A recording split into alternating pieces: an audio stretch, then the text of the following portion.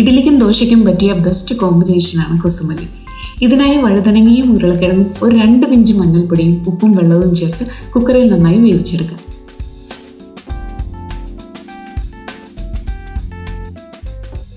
അതിനുശേഷം ഇത് നന്നായി ഉടച്ചെടുക്കുക. ഓയിലോ അല്ലെങ്കിൽ നല്ലെണ്ണയോ ഒഴിച്ച് കടുകും വറ്റൽമുളകും ചേർത്ത് താളിച്ചതിലേക്ക് സവാളയും പച്ചമുളകും കറിവേപ്പിലയും ഉപ്പും ചേർത്തൊന്ന് വഴറ്റി ഇതിലേക്ക് മഞ്ഞൾപ്പൊടിയും പുളിക്ക് ആവശ്യമായ തക്കാളി കൂടി ചേർത്ത് നന്നായി ഒന്നുകൂടി വഴറ്റിയെടുക്കുക.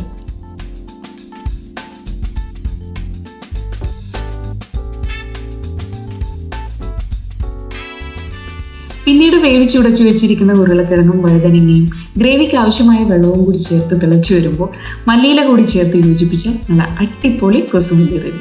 എല്ലാവരും ട്രൈ ചെയ്ത് നോക്കുക. Thanks for watching.